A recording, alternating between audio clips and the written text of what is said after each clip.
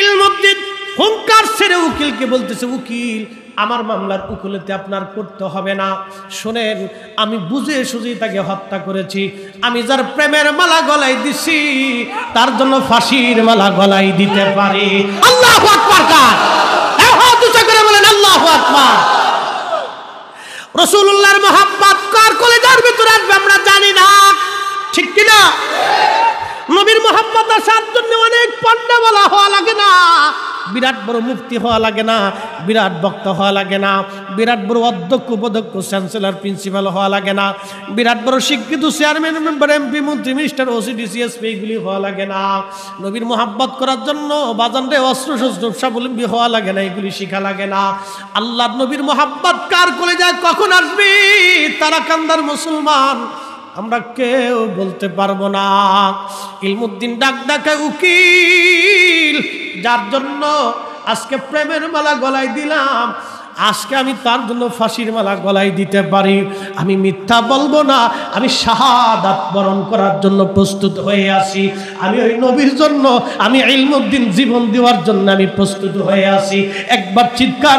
হযরত ইউনূস আলাইহিস সালামের কথা বলছিলাম, মাছের পেটের ভিতরে ইউনূস, চিন্তা করলেন মরে গেলাম না বেঁচে আছি, লাড়াচাড়া দিয়ে দেখলেন না বেঁচে আছি, দাঁড়ায় গেলেন খোদার পয়গম্বর, দাঁড়ায় যাইয়া সেজদার মধ্যে পড়ে গেলেন, মাছের পেটের মধ্যে সেজদার মধ্যে পড়ে বলতেছে লা ইলাহা ইল্লা আনতা সুবহানাকা।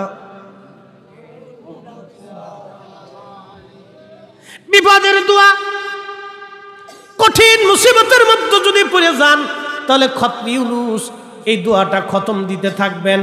আল্লাহ যখন ইউনূস আলাইহিস সালাম এই জিকির শুরু করলেন, ইউনূসের এই জিকির আর ওই মাছের পেটের মধ্যে রইল না, এই জিকিরটা চলে গেল আরশে মুআল্লাতে। সুবহানাল্লাহ বলা যাবে? আরশে মুআল্লার পাশে এই জিকিরগুলি চারপাশ দিয়ে ঘুরতেছে, আরশে মুআল্লা ধরে রাখছেন চারজন ফেরেশতা কাঁধে করে।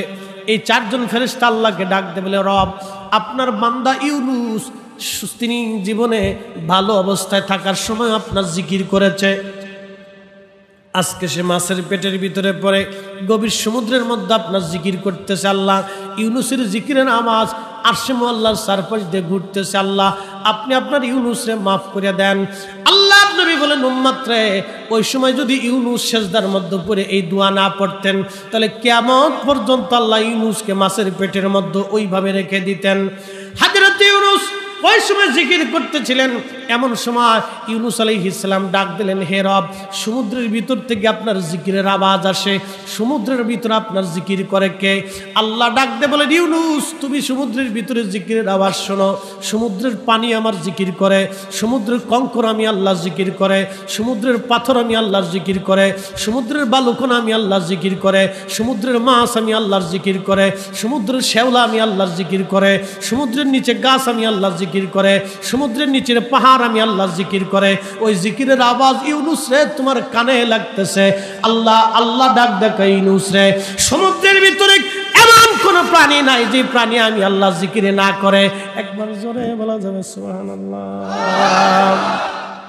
ইন্নাল্লাহা ওয়া মালাইকাতাহু ইউসাল্লুনা আলান নবী।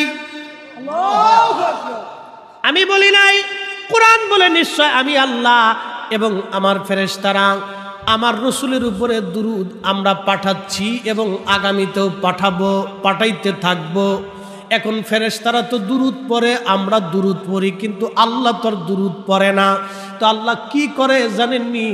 একটা সেকেন্ডের জন্য আল্লাহ তার ভালোবাসা থেকে আমার নবীকে জুদা করে না। সব সময়ের জন্য আল্লাহর পক্ষ থেকে নবীর উপর আল্লাহ সাকিনা ভালোবাসা, আল্লাহর সন্তুষ্টি রেজামন্দি খুশি আল্লাহ নাজিল করতে থাকে, করতে থাকে, করতে থাকে, করতে থাকে, আগামীতেও করবে। এই জন্য আমরা জিকির করি আল্লাহ, আল্লাহর স্মরণ আমরা করি, আর আমার আল্লাহ তার নবীর স্মরণ করতে থাকে। একটা সেকেন্ডের জন্য আল্লাহর স্মরণ থেকে নবীকে জুদা করা হয় না। একবার চিৎকার মেরে বলা যাবে কি মারহাবা? তাহলে আপনারা বলেন দুরূদ চলবে কি চলবে না? হাত উঁচু করে বলেন চলবে কি চলবে না? দুরূদ আমরা কারো ফতোয়ায় বন্ধ করব না। হাত উঁচু করে বলেন ঠিক কি না?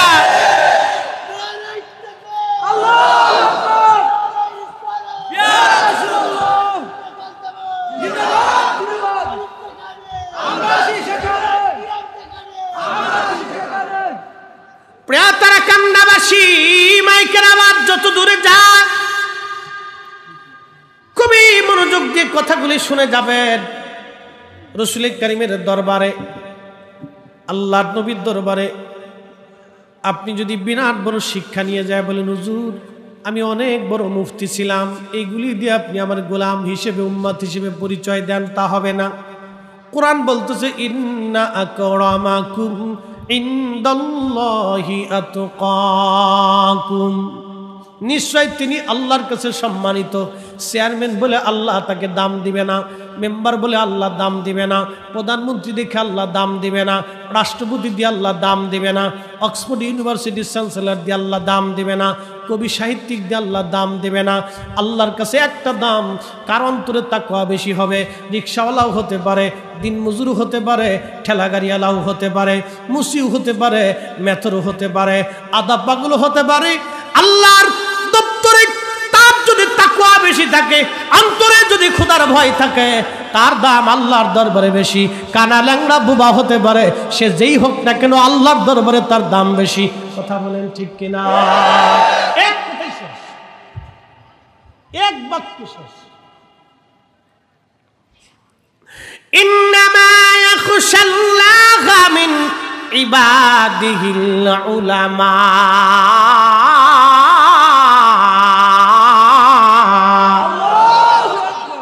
কষ্ট হচ্ছে আপনাদের? কিছু সময় কি বসা যাবে? ওয়াজ বেশি সময় করি নাই, কেবল 40 মিনিট চলতেছে, সরাসরি ডাইরেক্ট অ্যাকশনে ওয়াজ চলে গেছি। আরো 40 মিনিট সময় কি আমার দেওয়া যাবে না? সারা রাত তো দিবেন, যদি দেন তাহলে বসতে হবে, যদি লড়াচড়া করেন তাহলে আমি ওয়াজ করব না, কারণ বুঝে দেওয়া লাগবে আমি কাউকে কষ্ট দেওয়ার জন্য আসি নাই। আল্লাহ বলছেন উদউ ইলা সাবিলি রাব্বিকা বিল হিকমাতি ওয়াল মাউইজাতিল হাসানা, তোমরা ওয়াজ করো হিকমত আর সুন্দর শব্দমালা দিয়া। ফেরাউনের কাছে মুসা নবীর আল্লাহ পাঠানোর সময় বলেন, মুসা রে, ফেরাউনের সাথে ঝগড়া করবা না, সুন্দর ভাষা দিয়ে তাকে কালেমার দাওয়াত দিবা, মানলে মানবে, না মানলে না মানবে। আমাদেরও কথা তাই, সুন্দর ভাষা দিয়ে দাওয়াত দিব, যার মানার দরকার মানবে, না মানলে না মানবে। কখন কার কলিজার ভিতরে রাসূলুল্লাহর মুহাব্বত আসবে আমাদের জানা নাই। একটা ঘটনা আজকে না বললেই নাই। ও যুবকরা আজকে শুনে যান, ফিলিস্তিনের জন্য আজকে যারা লড়াই করতেছে, ওরা হামাসের মুসলমান ভাজন, তাদের কলিজার সন্তান হারিয়ে ফেলতেছে, তারপরেও তারা মা বলতেছে আমার সন্তান যদি আরো থাকতো তাহলে আরো কয়টা সন্তান শহীদ হলে আমি মা খুশি হয়ে যাইতাম। তাহলে এই মা আর আমাদের দেশের মা কত তফাৎ। এই মা বলতেছে আমার যদি আরো সন্তান থাকতো তাহলে আমার সন্তান আরো শহীদ হলে আমি আরো খুশি হইতাম। আর আমরা দেশের বেটিরা মেকআপই ছাড়তে পারে না, মেকআপ মারতে মারতে, আড়া মারতে মারতে জীবন শেষ করে ফেলাইতেছে। হ্যাঁ, এও নারী সেও নারী, এও মুসলমান সেও মুসলমান। মেকআপ নষ্ট হবে দেখে আমার দেশের নারী ওযু করে না। কি কথা কন না কা? মেকআপ নষ্ট হবে দেখে আমার দেশের নারী ওযু করে না, নামাজ পড়ে না। মূল আলোচনার দিকে ফিরে যায়। ও মুসলমান, ফিলিস্তিনের কথা বলছিলাম যে কখন কার অন্তরে নবীর মোহাব্বত আসে আমরা জানি না। যুবক আজকে একটা ঘটনা শোনাই। ভারতের একজন লেখক, তিনি বই লেখলেন, বইটার নাম হলো রঙ্গিলা রসুল। রঙ্গিলা রসুল লেখে এই বইয়ের মধ্যে তিনি লেখলেন মুহাম্মদ অধিক বিয়ে করেছিলেন, তার কাম পিপাসা, নিজের যৌনতা, এইগুলি পিপাসা মিটানোর জন্য তিনি অধিক বিয়ে করেছিলেন। এজন্য বইয়ের নাম দিছে রঙ্গিলা রসুল। আচ্ছা বলেন, নবীর মহান চরিত্র নিয়ে যারা বাজে কথা বলে, আমাদের আর বুঝার বাকি নাই ওদের জন্ম আতারে পাতারে ঝোড়ো জঙ্গলে হোটেলে মোটেলেই হইছে।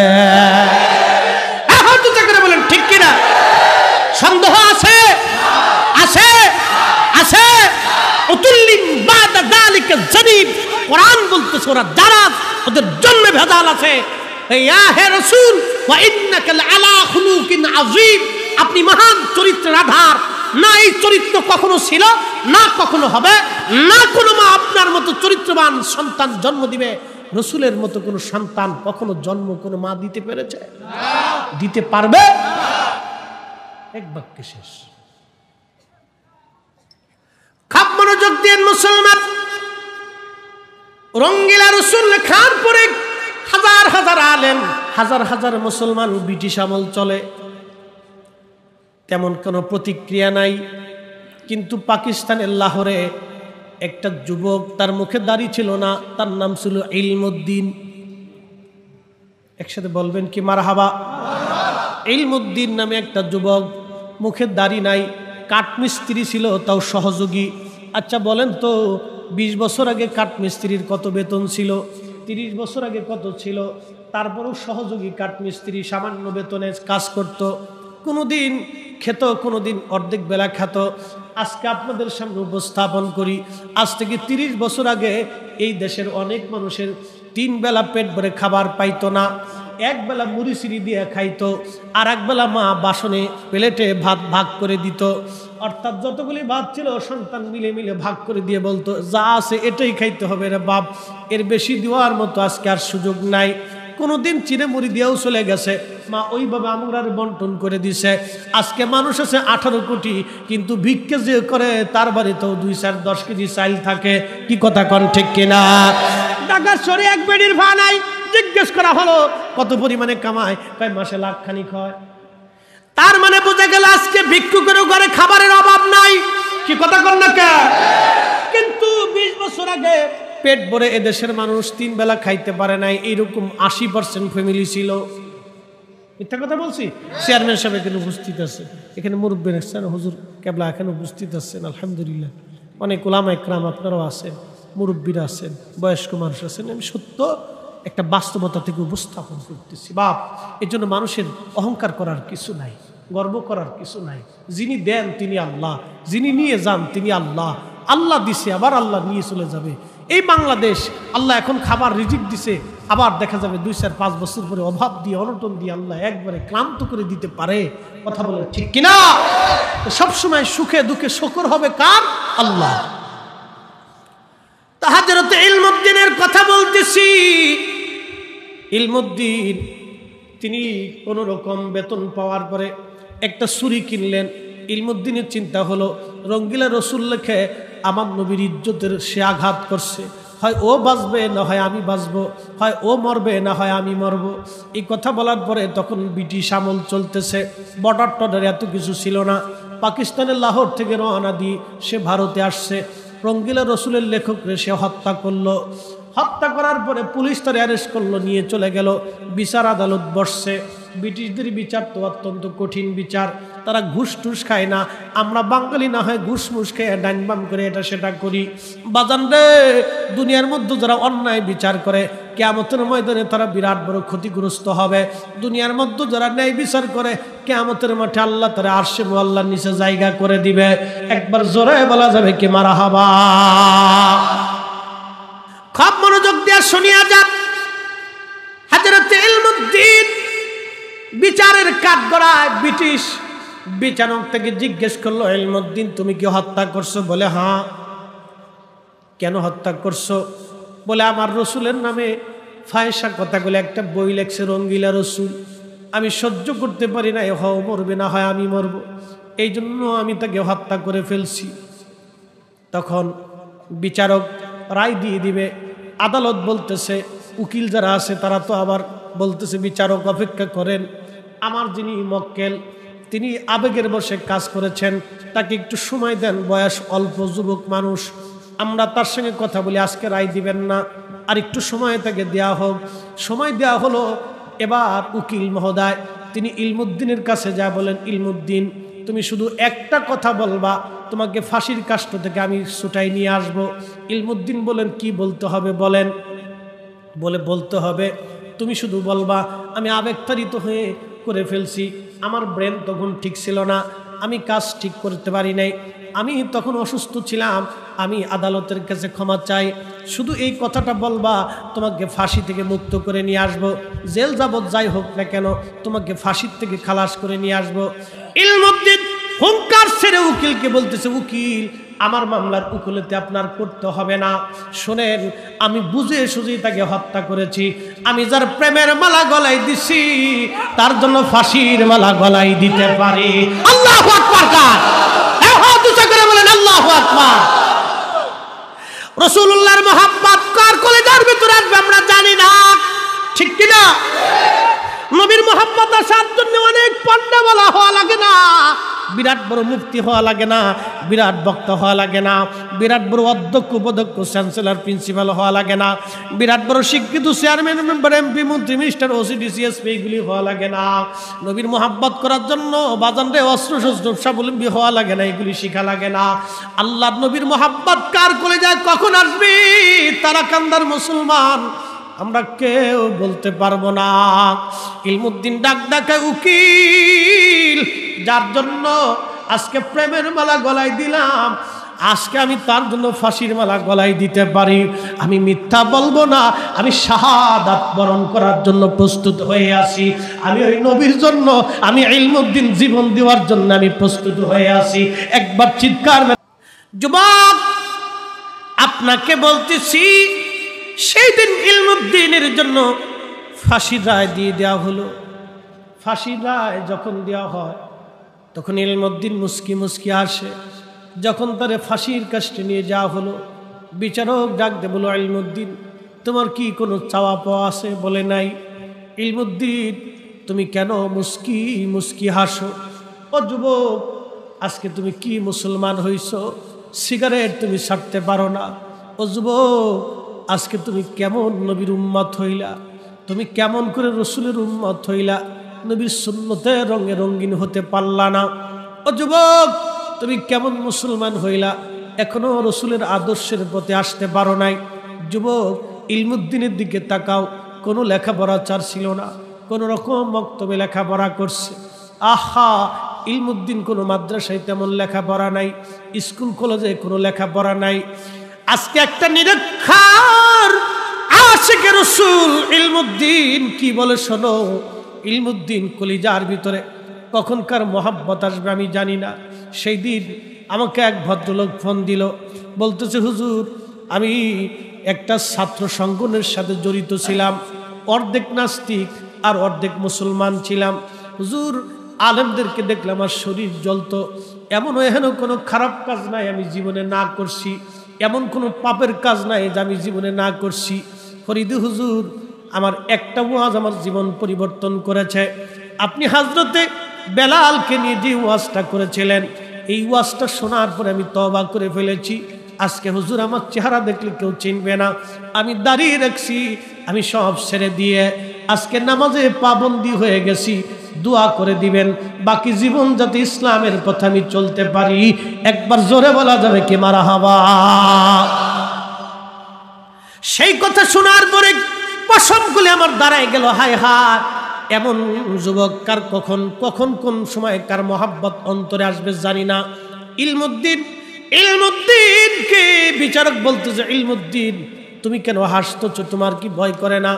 ইলমুদ্দিন জবাব দিল, বিচারক শোনো, আমি যার জন্য প্রেমের মালা গলায় দিছি তার প্রেমে আজ ফাঁসির দড়ি গলায় দেওয়ার জন্য ফাঁসির মঞ্চে উঠেছি। ইলমুদ্দিন ডাক ডাকায় বিচারককে, তুমি ভাবতেছো আমি মারা যাইতেছি, কিন্তু শোনো বিচারক, কিছুক্ষণ পরেই আমি আমার ওই নবী রাহমাতুল লিল আলামিনের সাথে জান্নাতে একসাথে আমি মিলিত হয়ে যাব। আমার চাইতে খুশি কে বেশি হতে পারে বিচারক? গত রাত্রিবেলা ওই নবী আমার সঙ্গে স্বপ্নে কথা বলে গেছে। আমি জানি কিছুক্ষণ পরে আমি শহীদ হয়ে যাব, আর এটাও জানি রাহমাতুল লিল আলামিনের সাথে জান্নাতে একসঙ্গে আমি মিলিত হয়ে যাব। চিৎকার করে বলেন না আল্লাহু আকবার। আল্লাহর নবী বললেন, মান রাআনি ফিল মানামি ফাকাদ রাআল হক। যে আমাকে স্বপ্ন দেখলো সে বাস্তবে আমি নবী দেখলো। যে আমি নবীকে স্বপ্ন দেখলো সে বাস্তবে আমি নবী দেখলো। আমি নবী তার সাথে স্বপ্নে দেখা করলাম, কথা বললাম। এবার আপনারা বলেন, নবী যদি আসে, 1450 বছর ধরে রসুল আসতেছে, নবী দেখা করতেছে, নবী দেখা দিতেছে, কি কথা বলেন ঠিক কিনা? তার মানে বোঝা গেল নবীর জায়গা নবী আছে, আমাদের চোখের জায়গা চোখ নাই। সূর্যের জায়গা সূর্য আছে, কিন্তু অন্ধের চোখ দেখে না বিদায় সূর্যের দোষ হবে না, এটা অন্ধের চোখের দোষ। আমাদের কালবের দরজা বন্ধ, চোখের দরজা বন্ধ, এই জন্য নবী আছে আমরা দেখতে পাই না। ও তারা কান্দার মুসলমান, নবীর জায়গা নবী আছে, উম্মতের চোখের জায়গা চোখ নাই। কথা বলেন ঠিক কিনা? বাস্তবতা থেকে একটা সুন্দর ঘটনার মাধ্যমে আমি চমৎকার করে আপনাদের সামনে একটা ঘটনা উপস্থাপন করি। পৃথিবীর মধ্যে একজন বিরাট বড় ইমাম ছিলেন, তার নাম মুহাম্মদ ইবনে সুলাইমান জাসুলি রহমাতুল্লাহ আলাইহি। উনি ছিলেন বর্তমান মরক্কো। আপনারা জানেন কয়েকদিন আগে ফুটবল খেলায় ভালো খেলা করেছিল। এই মরক্কো একটা মুসলিম দেশ, 99% সুন্নি মুসলমান তারা। এই মরক্কোকে কে দিনের দাওয়াত দিল জানেননি? এটা আফ্রিকার একটা অঞ্চল, আরবি ভাষাভাষী। এই মরক্কো অঞ্চলে দাওয়াত দিয়েছিলেন আল্লাহর ওলিরা। তার ভিতরে অন্যতম ছিলেন মুহাম্মদ ইবনে সুলাইমান জাসুলি। ওনার এন্তেকালের 70 বছর পরে ওনার কবর থেকে মাটি সরানো হলো ওনাকে স্থানান্তর করার জন্য। 70 বছর পরে কবর থেকে যখন মাটি সরানো হলো, দেখা গেল মুহাম্মদ ইবনে সুলাইমান জাসুলি 70 বছর আগে যেইভাবে কবরে রাখা হয়েছিল, 70 বছর পরে ওইভাবেই কবরের মধ্যে আছে। কাফনের কাপড় পচে যায় নাই, চোখের ভুরু নষ্ট হয় নাই, তার ত্বকটা নষ্ট হয় নাই, ঠোঁট তার শুকায় যায় নাই, একটা পশম তার পরে যায় নাই। একবার জোরে বলা যাবে কি আল্লাহু আকবার? তেলের গাড়ি তেলে চলে, হাওয়ার গাড়ি হাওয়ায় উড়ে, বিনা তেলে চালায় গাড়ি নবী সুলাইমান। আমরা সেই মুসলমান, আমরা সেই মুসলমান। কথা কোন ঠিক কিনা? কোরআন বলতেছে ওয়ালা তাকুলু লিমান ইউকতালু ফি সাবিলিল্লাহি আমওয়াত।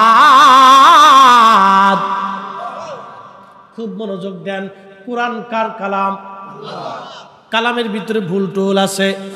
আকাশ ভেঙে যাবে, কোরআন মিথ্যা হবে না। জমিন পুড়ে যাবে, কোরআন পরিবর্তন হবে না।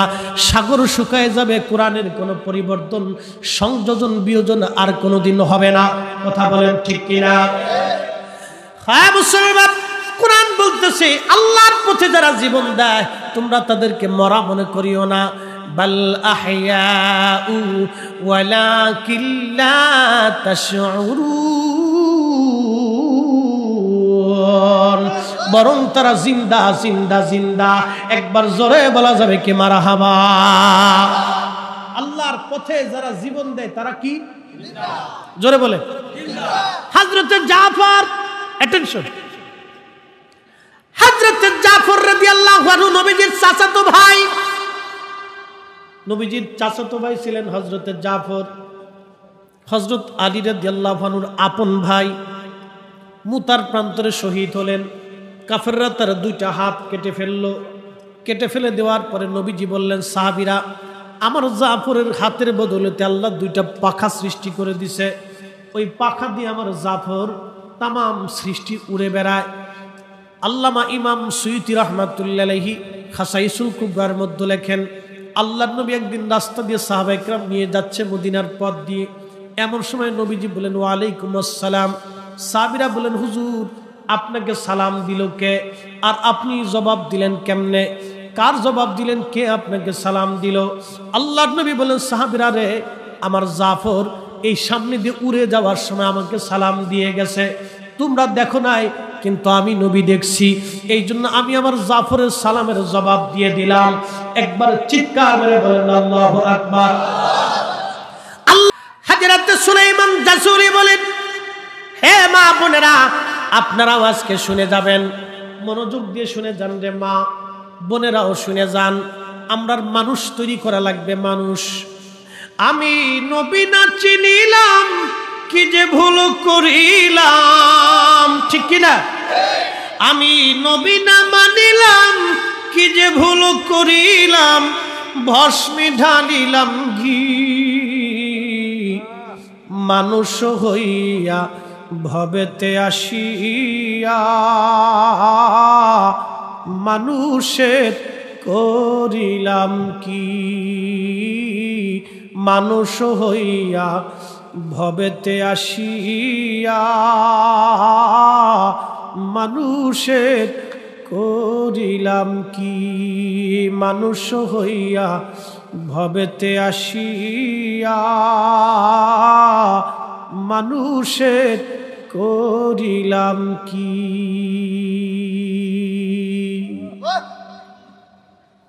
সুলাইমান জাসুরি বলেন, কালেমার দাওয়াত দেওয়ার জন্য আমি মরক্কের বারবার নামক এলাকায় গেলাম। মরুভূমির রাস্তা, প্রচুর রাস্তা পথ চলতেছি মরুভূমির ভিতর দিয়ে। এমন সময় লক্ষ্য করলাম আমার মশকের পানি শেষ।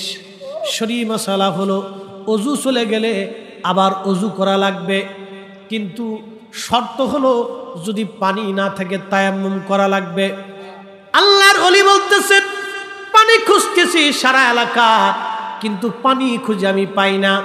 এমন সময় দেখলাম বহুদূর একটা বাগান দেখা যায়। চিন্তা করলাম বাগান যেহেতু আছে তাহলে অবশ্যই পানির কোনো ব্যবস্থা আছে, কারণ যেখানে গাছ আছে পানি ছাড়া তো গাছ বাঁচতে পারে না। আর যেহেতু বাগান আছে, জঙ্গল আছে, অবশ্যই পশু পাখি আছে। হযরত সুলাইমান জাজুলি বলেন, আমি মরুভূমি থেকে বাগানের দিকে মোড় দিলাম। বাগানে আসলাম, বিরাট বড় জঙ্গল। এসে দেখি ওই জঙ্গলের ভিতরে একটা গাছের নিচে কুঁড়ে ঘর। কুঁড়ে ঘরের দরজার পাশে দাঁড়ায় ডাক দিলাম, কেউ আসো, আমি সুলাইমান জাজুলি অজু করব, পানি দেওয়া কি যাবে? কিন্তু ভিতর থেকে কোনো আওয়াজ আসলো না। আমি দৌড়ে একটু দূরে যায় দেখলাম একটা কুয়া আছে, কুয়ার ভিতরে পানি আছে, কিন্তু পানি উঠানোর মতো কোনো যন্ত্র নাই, পানি উঠানোর মতো কোনো দরিয়ার মশক নাই।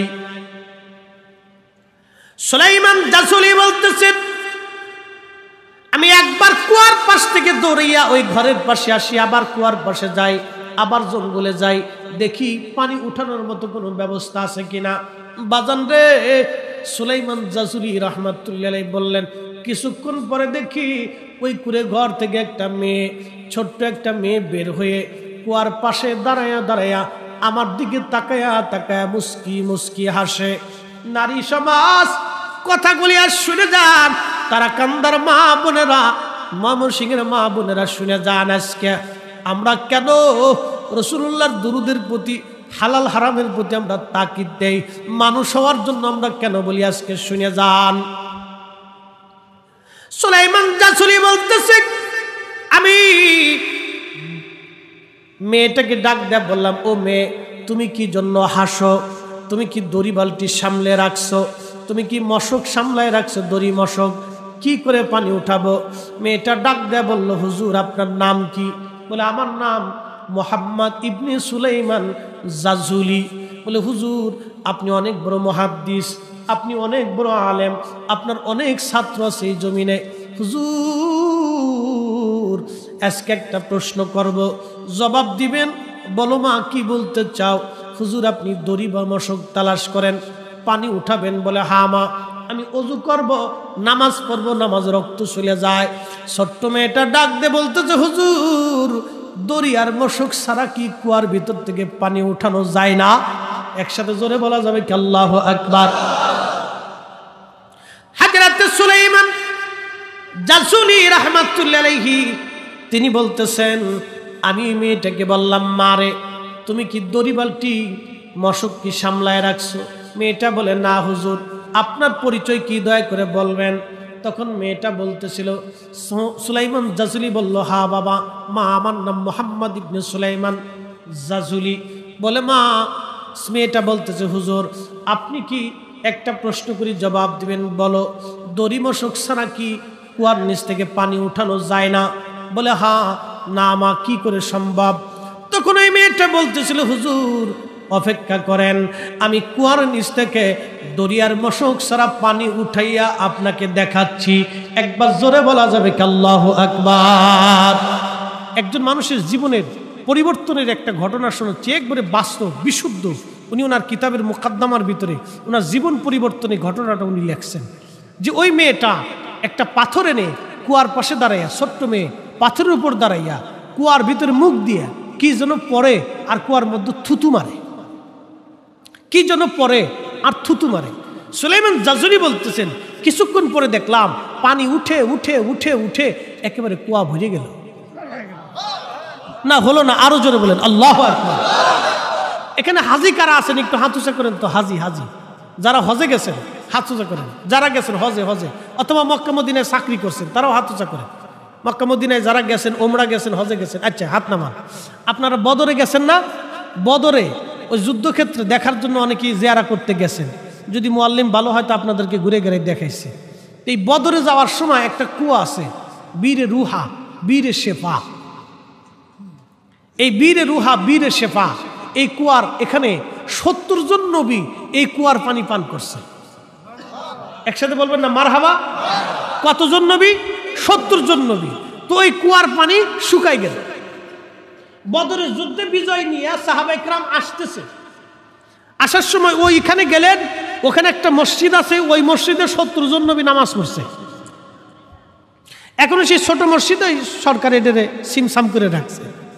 তো ওখানে যায় অনেকে নামাজও পড়ে, নফল নামাজ পড়ে, শুকরানা আর কি। তো ওইখানে এই সাহাবায়ে কেরাম এসে তাবু গাড়লেন।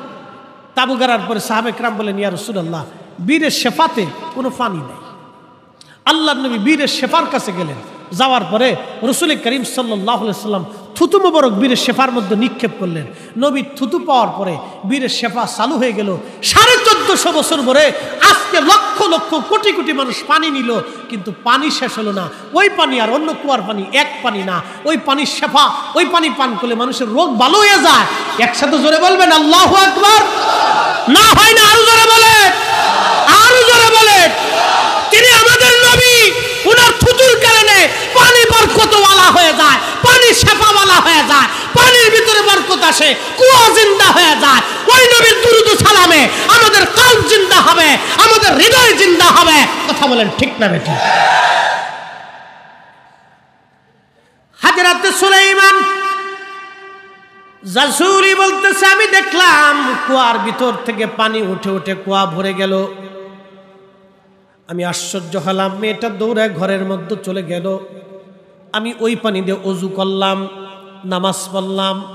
নামাজ পড়ার পরে আমি খুব চিন্তায়, সারা জীবনের এত মুহাদ্দিসগিরি আমি করলাম, এত হাদিস আমি পড়াইলাম, এত ছাত্র আমার হলো, কিন্তু এই নিয়ামত তো আমি হাসিল করতে পারি নাই।